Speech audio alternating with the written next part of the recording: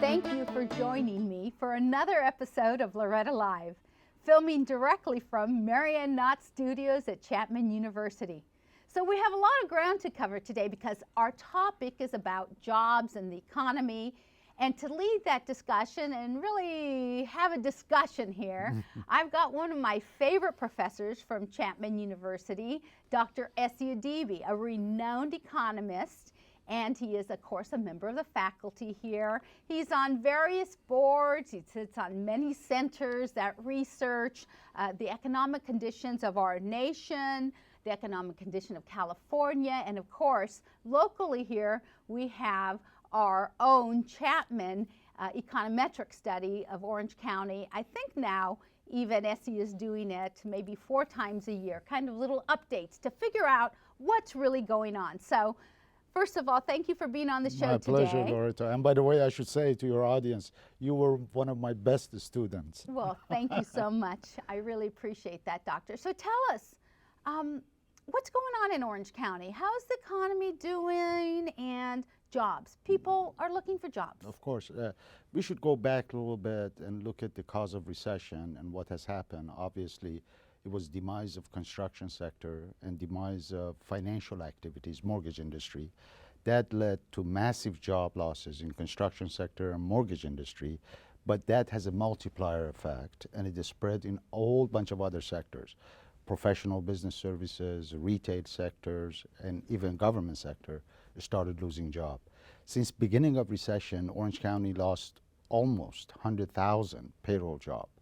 That is, people who were getting paycheck, they're not getting it.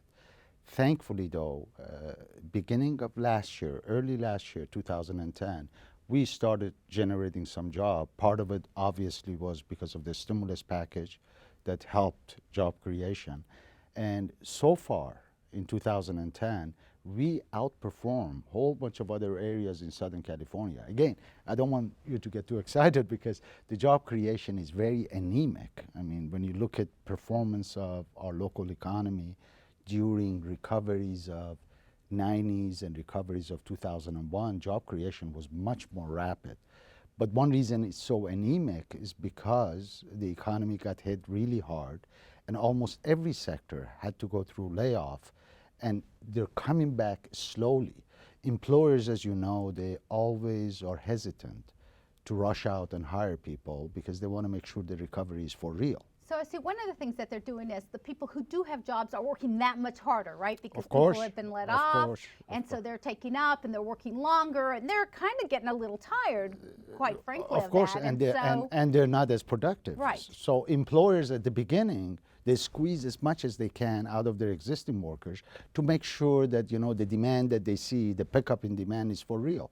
But now it's the end of that road, so they're adding to their payroll. Right. So now what we've seen, at least we've seen it nationally, probably also a little bit here in Orange County, is that businesses have held on to cash on their balance sheets. And so they've sort of been waiting to see, is this economy really going? Exactly. Or, and so now should I begin to hire? So what we've seen is some companies beginning to hire. Some hiring is kicking in. And as I said again, we are doing in Orange County much, much better than our neighboring counties. For example, Inland Empire, still they're in trouble. And part of the reason is because Inland Empire was dependent so much on construction sector, right. And that sector is dead. But when you look at Orange County, we have a little bit of a construction coming back, but more importantly, education and health, professional business services, and even leisure and hospitality is rebounding, right. And is generating jobs. So in other words, Disneyland, the tourism, the beach area, etc., that's got those service jobs. Exactly. We've also got kind of a good high-tech research, infotech, medical devices sort of companies. See, because that come again, from the research at UC Irvine and some of our research and institutions. Chapman. And Chapman now, of course. We know that. Yeah. We've got some of the world-renowned scientists now at Chapman. See, what's happening is when you look at the engine of economic growth for Orange County, what's important is the health of national economy. We produce lots of goods that we sell to the rest of the country. When you were mentioning leisure and hospitality, when consumers start spending, who benefits? We are, because we are a tourist destination. And when international economy, our trading partners are doing well, we benefit because of the sectors you just mentioned, healthcare and biotech. We also have a good defense industry here. It is not as strong though, Loretta. If you remember, those days, right, had the big go-go days, like when I first got into the Congress 15 years ago, we were able to bring a lot of appropriations, and so defense was doing really, really well because of the two wars. Yes. A lot of that money is being siphoned out of the U.S. economy to a large extent. Exactly. And our so defense we are contractors not aren't doing as well. as much benefiting from defense spending. Maybe LA is doing more. And as you know, some of the major defense producers, they just moved. Boeing, for example, bought McDonnell Douglas, moved to Chicago, St. Louis. So defense is not as important. But what's important for us is, again, is consumer spending, which is picking up slowly, and more importantly, international trade and export is extremely important to us. And the good part, another good news is, construction was the major problem, as we mentioned, but that's leveling off. So in a way, we say bloodshed in that sector is over. So it's not as much of a drag. The drags right now that we have, unfortunately, is government sector. As you know, government spending is going down. The budget has a problem. Local and state governments, no money. School districts went through layoff, and that is creating a whole bunch of uncertainty for Orange County and California's economy, because other sectors are moving pretty good. And by the way, maybe we should mention just later when people see this show and say, oh, nationally we just generated 54,000 jobs. I consider that as temporary. I think all the signs are pointing to more hiring ahead. And the reason we got that anemic job growth of 54,000 at the national level was mainly because Japanese problem, tsunami, earthquakes, So you think it was chain. we're really sort of going along, but when Japan and the tsunami problem happened, then everything sort of dropped for us. That's it. But we're actually probably going to, the Exactly. correlation is off, and so hopefully we're going to go back to our normal, to the trend line. To the trend line. This was just a drop. And one thing though makes me worried, and maybe this goes back to something that you could help, is the issue of oil prices. Our dependency on oil prices, is, when gas prices went over $4, that is taking a big bite out of consumers' budget. Right. And whenever that happens, what happens? Consumers are not going to spend, and then businesses that saw their sales are going up suddenly say, my restaurant is empty, so I'm not going to hire anybody or lay off somebody. So but this is one area of uncertainty. One of the areas that the stimulus package in particular put a lot of money into was research and development, innovation technologies, those types of things, which of course benefited California, because when you look at who are the innovators, where's the new research going? Silicon Valley, some places in Orange County, San Diego, Los Angeles. We put a lot of money into new sources of energy, for example, and I think that's going to be one of the areas to help. On top of that, of course, is going to be some of the new drilling that's going on, whether it's the Rocky contracts now coming online to try to put some more oil out there. And of course, people have been using the excuse of Libya, but the reality is that some of that oil has continued to flow, so the prices shouldn't have gone up as much as they did temporarily. And now we see them coming down a little bit. Yeah, if you look at the price of oil, you're right. The most important one is supply and demand. How much we produce, how much we consume. Then there are a couple of factors. The value of the dollar has gone down. That's negative for oil prices, and also Libyan situation. And then we had, as you remember, the flooding, which everybody got worried, about the impact on refineries. So some of these things are temporary. I think Libya's problem, as we're looking at it, probably is going to disappear pretty soon. But again, fundamentally, our oil dependency and higher oil prices is too high, so, and that makes us nervous. So, Essie, if you were back in the Congress and you were looking at, people are telling me all the time, I need more, there needs to be more jobs. People are looking for jobs. There's not. What we see in Orange County, I have a lot of employers who have jobs, but they're not matched to the skill set of the people and the economy. So that's why I always say, well, education, on-the-job training, the web programs that we have, community colleges, we're really trying to get people trained up to fit those new jobs. Aside from that, what should someone like a congressperson be thinking about spending, or where should we invest? You know my philosophy that I'm not pro, just government spending for the sake of spending. Right. And I'm sure you're in the same camp. So what we need to do, we have to do targeted spending, not just, blank spending money here and there with the hope that jobs are going to be created. Economy needs some time to create jobs. And as you know, it's going to take time. We're in the right direction. Now, if we want to spend any money, it should be all on things that you just mentioned. We have to retrain people. There are people who are out of job that they're going to be structurally out of job. For example, a person who was an escrow officer in a real estate. They've got to be retrained. They've got to because go we're not going to new. get ever The kind of market that we saw. Exactly, that volume of loans. So this person has to be get retooled. So the best we could do, if we want to really stimulate job creation and the opportunity for these unemployed to find a job, is give them a tax credit or somehow, the tools, for them to have opportunity to retrain. And that would help And I think, job Jesse, creation. that's really the agenda that's been going on in Washington, D.C., at least from the Democratic side. We've been talking about investing in people, investing, getting people's skill set up. So hopefully we're going to find some compromise and be able to do that. We're running out of time in this segment, so I want you to think about this for the people who are going to watch.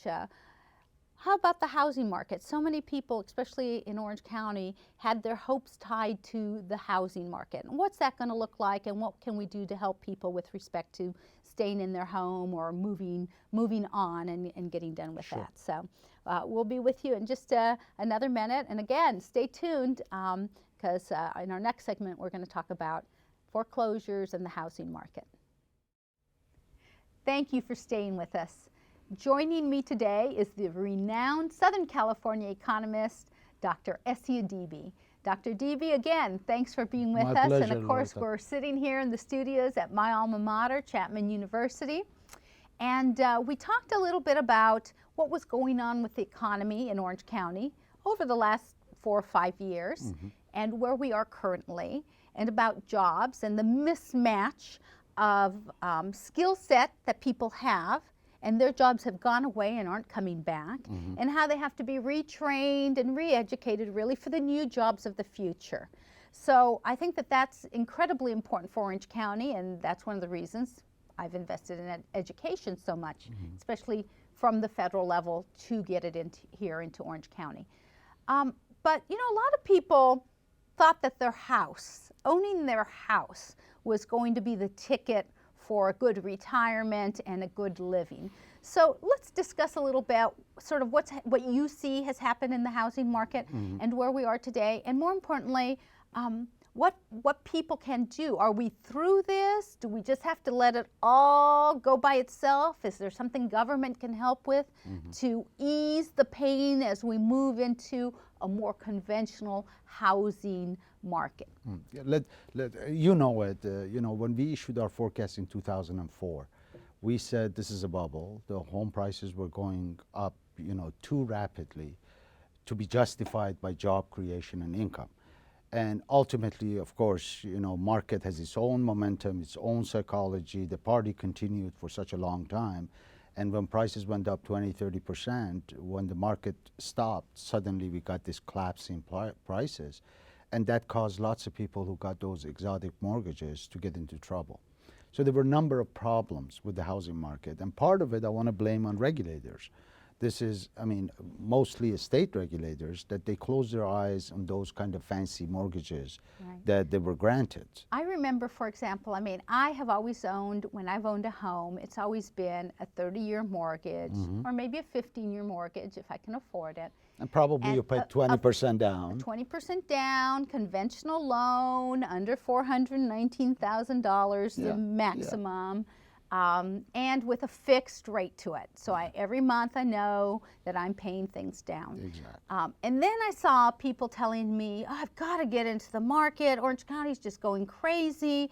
I'm going to get a 40-year loan or a 50-year loan, or I've got an interest-only loan, or I've got a loan I only have to pay for 5 years, but if I sell my house within 5 years, I'm going to make a bundle and, you know, I'll move on. I mean, some of those loans were ridiculous. I mean, giving people a 1% interest rate for 5 years and then telling them we readjusted in 5 years. And some people, especially those who got into the game late, they realized once they wanted to refinance, the prices are down, so they borrowed 100%, so what we call underwater. So consequently, we know what happened. Foreclosures started, first notices of default, foreclosures, and then too many homes in the marketplace that even presses the prices lower. So supply and demand. Supply and demand. Too many homes for sale, people trying to get out of them, not enough people wanting to buy or who can buy because everybody's losing their job, or they're not getting increases on an annual basis to their salaries, and so everything that could have gone wrong is going wrong. Went wrong. Right. Now, one thing again, let's look at historically. In 1990, we went through a kind of similar episode, not as bad, that people started losing jobs. You know, recession of 1990 was very nasty. Defense spending cut back, too much construction, you know, activities. All of that dried up. Home prices went down for almost 6 years. I mean, it's good for us to remember that. And then it took another 3-4 years to make a recovery. So the cycle of housing then in 90s was almost 8-9 years. How far are we in this cycle? What is the cycle, do you think? You're an economist. You're taught to predict given trends. This is going to be long. Now, why? See, we're into this cycle 3 years. Prices have gone down really fast, 30%. 50% in some cases. Depends. Yeah, some areas. 30, which measure you look. Now, how can we stimulate demand? Because the only way you can really solve the problem is you have to have buyers. Now, so how do you stimulate demand? Very good question. Job creation. It goes back to our first segment. I mean, look at... If you have a good paying job, if you're comfortable and you feel you're going to have that job for a while, then you're going to go out and find a home and make and get into a 30-year mortgage. Exactly. That's what we need. Now, I always tell people... What about credit drying up? What about the fact that it's so hard? I mean, I'm a good credit risk. I know. I've never paid a late bill. Yes. And I went to refinance my home. And I did it, but it took me a while, and they asked me every question. You know, it was amazing because I said, I'm a public figure. I'm not lying about my income. It's a public document. Ask the Congress. I mean, so. But you remember there was a couple of public figures during the go-go time of mortgage industry. They did some hanky-panky business. Yeah. So you see what happened. Financial institutions are burned really badly. Same way as some homeowners got burned. So what is happening, some of these financial institutions are extra careful, too cautious, and honestly, some of them maybe have regulators sitting there and watching every step they take. So it's going to take some time. Banks are in business of making money, and the only way to make money is to make loans. It's to make loans. Get deposits in, make loans at a higher rate than the deposit you're paying. Exactly. And, you know, that's their business. So they have to make loans. They're going to slowly get a little bit loose there. But ultimately, see, you need job creation to lead to family or household formation. Let me use anecdotal evidence. My son lives with me. He's 24 years old. Why is he living with me? He doesn't have a job. No, he doesn't have a job. That's the first prerequisite. If he gets a job, he's going to be out of there. So you see what the problem is. They're all tied together. So we need the job creation to get the household formation. And then with a little bit easier credit, we're going to see some home buying kicking in. But we have a big headwind. What's the headwind? Too many homes for sale. So that's what the problem is, and that's why prices are depressed. Unless we get the demand really high to offset all of the increased supply, we're going to have this problem going with us. And I believe probably that's going to last a few more years. Right. So there's a bigger supply, and there's not so many buyers. So as we create jobs and as people feel more comfortable, they're going to have that job and they're going to have a steady income, they'll start to buy that. So really it's sort of like this grouping or this stack of houses that we have to really kind of whittle down over time. Deplete the inventory. And only that takes time. Only time will handle that. Exactly. That's what the problem is. That's why when we started our discussion, I said, look at 1990s. How long did it take? Almost 8-9 years. We're into it 3-4 years. So we're going to have, unfortunately, a couple of more years of very unsettled prices, because see, some of those mortgages, adjustable mortgages, which they were granted in 2006, they had 5 years life. So they're So due they're coming due this year. this year. So we're still going to have this supply coming to the market. Those people who have that kind of mortgage now have to find a way in which they can refinance, and if the credit's too tight or the value of their home's too low, so they're really under the value, they're not going to be able to do that, which means they're going to default. Either default or short sale, or, and by the way, one thing that... there are loan modifications being done by some of the banks. That's exactly, my point was, and you've been forefront of that, there are financial institutions that are helping lots of people. Don't forget that. But in some cases, unfortunately, there's nothing can be done. Right. They're just too far. It's too far. Bad. It's too hard. The income is so low that even practically you have to give the house back to the homeowner, and that's not fair. And you can't do that. That's not fair, because it's a moral hazard. If you, I always say, and I know some of the homeowners and maybe some who are in trouble are watching our program, and they might say, what is this guy is talking about? But think about it. 30% of households in Orange County, 30%, are renters. And we have not done much for the renters ever. So we're already subsidizing housing market by letting them to write off the mortgage interest rates. So for some people, I pity those people who are in trouble because they lost their job. But I do not have that much sympathy for somebody who refinanced his house. Took all the money out, went on vacations, paid for graduation, bought a car, whatever, and now they're saying like, well, just reduce my house back down to where it should be. See, that is wrong. That is wrong. Right. But for people who are unemployed, this is not their doing. They bought a home and maybe they were managing the payments. They knew what they were doing. They lost their job. They're in trouble. The best idea for them is to work with their financial institutions. And one thing that you have said it in a number of your speeches, financial institutions have incentive to help. We have incentivized them. We've had programs. We've put programs in place to be able to do that. Unfortunately, the Republicans just eliminate all the funding for those programs. They actually did away with them in the House, but it hasn't passed in the Senate. But we did put in programs, in particular, who put money into local groups and agencies that people could actually go to and sort of get an understanding of, am I too far underwater? I mean, you and I are economists, so we kind of understand money and gains and supply and demand, but a lot of people, they don't have that background. And unfortunately, some of those people were taken in. Right, were taken in by scammers. They got a mortgage, they didn't understand fully what it is, and now it comes to refinancing, they don't know. So they should go to these credit agencies. They're mostly for non-for-profit We to put help money them. into nonprofits so that people can go in, sit down, bring their paperwork, and learn what they've gotten themselves into. And whether also, they can get themselves out, or whether, unfortunately, they're not going to sometimes there is no other options. But even without government program, even if it gets exhausted, I mean, let's be frank, financial institutions hate to take a home through the foreclosure process, because it takes 1, 2, 3 years. And if they do it, believe me, it means that there's no other alternative. Every effort is made to work with the homeowner to either stretch the loan, lower the interest rate, some areas maybe even reduce the principal, if there is a hope that the homeowner can survive making those payments. So if it doesn't, unfortunately, it means that person made wrong decisions, and unfortunately, maybe some of them not by knowingly, and they have to reverse everything, and it's not the end of the world. I mean, nobody is going to be out of shelter. My worry, again, is unemployed. And that's what really hurts, the economy. Somebody who did everything according to the book and now out of job doesn't know what to do. Right. So it all comes back again to how do we get the economy going? How do we get back to jobs? And at least when I used to go to school here with you as one of my economy professors, I always remember that, one of the ways that you surge forward is that you would make those investments, investment in training and education of your people, investment in health.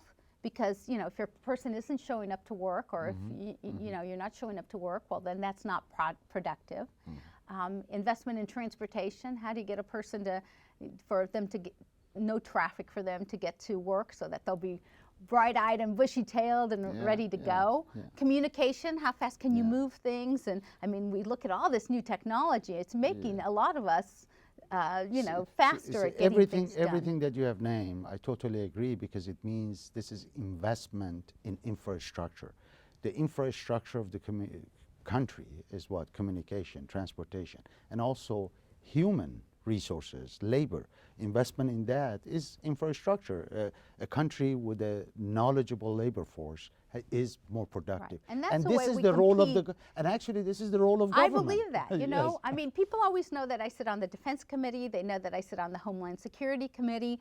But one of the things they may not know is that I actually sit on a joint committee between the Senate and the House. It's called the Joint Economic Committee.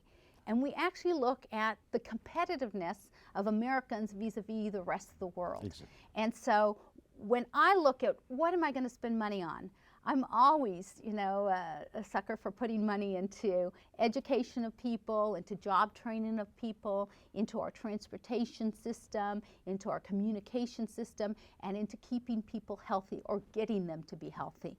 Of course, you know that one of the areas of our economy that's growing the most in cost on an annual basis is the healthcare. So yeah, we're getting older. Right. So when you look at that, you really see that that's important. Well, I want to thank you for taking the time. It's already flown by. My taking the time to talk to us today about the economy and about Orange County. And it's always a pleasure to have you here and really to use you as a resource, which, you know, I have no problem picking up the phone saying, Essie, what do you think about this bill? So I want to thank you personally for your friendship and my for pleasure, Loretta. knowledge. And thank you for having me, and thank you for the great job you're doing for us. Thank you. Thank you to all of us for joining us. We'll see you next time.